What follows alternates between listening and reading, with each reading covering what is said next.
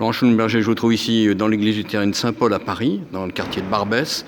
Il y a quelques jours, dans l'Aude, il y a eu un événement particulièrement tragique puisque plusieurs personnes ont été tuées par un terroriste. Et parmi ces personnes, il y en a une qui a donné sa vie pour les autres, enfin, tout au moins, puisqu'il s'est échangé contre un otage. Alors qu'on est en pleine semaine de Pâques et que dans les textes de l'Évangile, on lit le Christ qui donne sa vie pour le monde.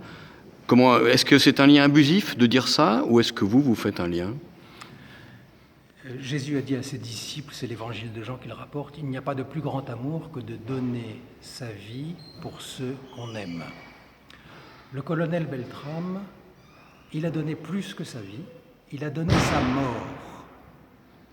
Et je pense aussi à un autre témoin qui suscite notre admiration et qui nous fait réfléchir, Martin Luther King, dont on va commémorer très prochainement le 4 avril les 50 ans de la mort. Lui aussi a donné non seulement sa vie, mais il est allé jusqu'à donner sa mort.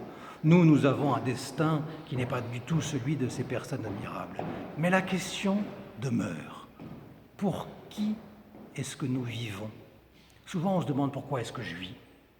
Mais la vraie question, c'est pas pourquoi, c'est pour qui. Pour qui est-ce que je donne ma vie? Non pas ma mort, mais ma vie. Donner sa vie, c'est donner sa vie au quotidien, chaque jour.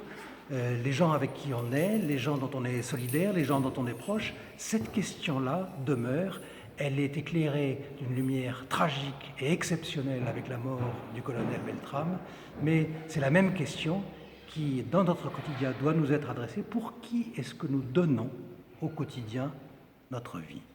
Cette question-là, c'est une question dans laquelle Jésus nous accompagne et vers laquelle toujours il nous renvoie.